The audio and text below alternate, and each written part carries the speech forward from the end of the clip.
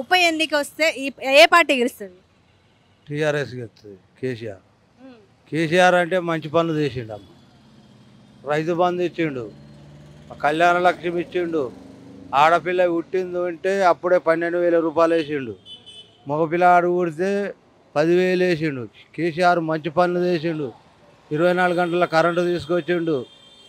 మంచిర్యాల నుంచి 10 రోజుల నుంచి కరెంటు తీసుకొచ్చిండు కేసీఆర్ సార్. ఆయన చేసిన పనులు ఏ ముఖ్యమంత్రి చేయలే. చాలా బ్రహ్మాండంగా చేసిండు కేసీఆర్ సార్.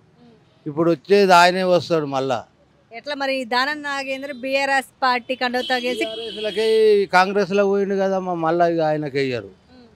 వీళ్ళు మళ్ళీ ఎవడన్నా నిలబడితే వానికి వేస్తారు. కారే వస్తుంది మళ్ళా. మరి అధికారంలో కాంగ్రెస్ పార్టీ ఉంది కదా, ఇప్పుడు ఉన్నది, ఇప్పుడు ముఖ్యమంత్రి ఉండే, ఎమ్మెల్యేలు ఉండే, మున్సిపాలిటీ ఉండే, ఇప్పుడు అన్నది వెళ్తుంది కథ. ఇప్పుడు గీడ 4 ఓట్లు ఎత్తే ఏం లాభం? రాజ్యం అంతా రావాలన్నా, రాజ్యం అంతా వస్తే ఆయనే వస్తాడు, కేసీఆర్ సారే వస్తాడు. దానం నాగేంద్ర డెవలప్మెంట్ కోసం నేను కాంగ్రెస్ పార్టీలో చేరుతున్నాను అన్నారు కదా, మరి డెవలప్మెంట్ జరిగింది ఈడ? మనకు తెలియదమ్మా గవాని, నాకు చదువు రాదు మేడం. ఆయన గురించి కేసీఆర్ గురించి చెప్పమంటే చెప్తా, ఇక అంతే. కేసీఆర్ అయితే మంచి పనులు చేసిండు. మరి దానం నాగేంద్ర ఏ చేయలే ఈడ? ఈడ చేసింది ఏం చేసిండమ్మా? ఏం చేయలేదు. రేషన్ కార్డులు లేవు, ఆడవాళ్ళ పథకాలు లేవు, కరెంటు ఫీరీ అన్నాడు అది లేవు, ఒక 6 అన్నాడు అది 6 కూడా లేవు, 1 కూడా లేవు.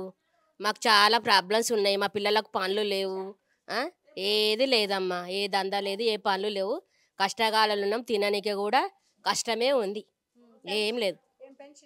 పింఛన్ అంటే తక్కువ వస్తుంది, సరిపోదు. ఏదో 10,000 15,000 వస్తుంది అంతే అంతే. ఇక అంతా మొన్న కరెంట్ ఆయన వస్తే బతలాడుకున్నాము, వెళ్ళలేదు, కట్టలేదు. కడతామన్నాము, ఖచ్చితంగా కట్టాలన్నాడు. ఫ్రీ కరెంటు లేదు, ఆ రేషన్ కార్డు లేదు, ఆడవాళ్ళది ఫ్రీ పథకాలు ఆ పథకాలు లేవు, ఏ పథకాలు లేవు. ఇల్లు అప్లై చేస్తే బెడ్రూమ్, మాకు డబల్ బెడ్రూమ్ రాలేదు, ఇవ్వలేరు. రేషన్ కార్డుల గురించే మాట్లాడుతున్నాం. ఎట్లా ఉంది? ఏడున్న రోడ్లు ఆడనే ఉన్నాయి, కూలగొట్టి పెట్టి. ఇంకా నీళ్ళు కూడా టైం ఇడుస్తుండు. రోజు 8:30కు వచ్చేది ఉండు, రోజు 8:30కి 8 గంటలకు వచ్చేది, ఇలా 10:30కు వచ్చింది. చూసినాం ఏదో ఇచ్చింది, పట్టుకున్నాం, గమ్మునున్నాం. మా నల్ల బిల్లు కడుతున్నాము, కరెంటు బిల్లు అంటే నల్ల బిల్లు ఫ్రీ అన్నారు. మళ్ళీ మా మధ్యలో వచ్చి మళ్ళీ నల్ల బిల్లు కట్టాలంటే మన వచ్చి కాదు, అప్పటి నుంచి నల్ల బిల్లు కడతలేము కదా, కట్టామని చెప్పినాం. కట్టాలంటే బతలాడుకున్నాం, వెళ్ళిపోయారు. గెలిచాలా ఆయన, గెలిచి రావాలా, మా బాధలని తీరవాలా. వస్తలేడు. ఎన్నిసార్లు మా పిల్లలు కూడా ఆయన దగ్గరికి వెళ్ళిరు, మా ప్రాబ్లమ్స్ ఇది అని. వస్తలేరు. ఆయనకు అనుకూలమైనప్పుడు వస్తాడు, వెళ్ళిపోతాడు. లేవు, అవి కూడా సరిగ్గా పడవు, లేటు పడతాయి, డిమ్ము ఎగిరిపోతాయి. కంప్లీట్ చేస్తే తొందరగా రారు. మధ్యలో కరెంటు కూడా పోతుంది. ఏం బాగలేదు, ఏమి ఇవ్వలేడు, ఏం బాగలేదు. ఆయన వచ్చి కూడా మాకు ఏమి హెల్ప్ చేయలేడు.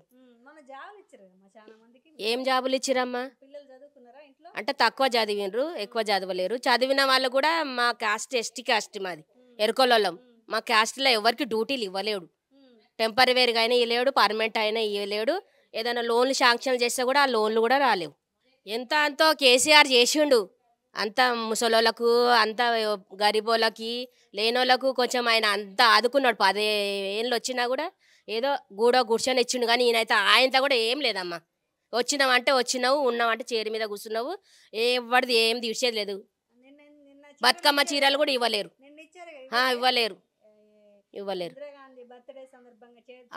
ఏ చీరలు ఇవ్వలేరమ్మా, ఏ చీరలు అయితే ఇవ్వలేరు. రాలేవు. ఈ సంవత్సరం చీరలు అయితే ఇవ్వలేరు. కేసీఆర్ ఉన్నప్పుడు వచ్చినాయి. మాకు మంచి జరుగుతూనే వాళ్ళని తీసుకొచ్చుకుంటాం, మాకు మంచి జరగకపోతే మేము వాళ్ళని తీసుకొచ్చుకోం. కానీ నమ్మకం కలగాలి.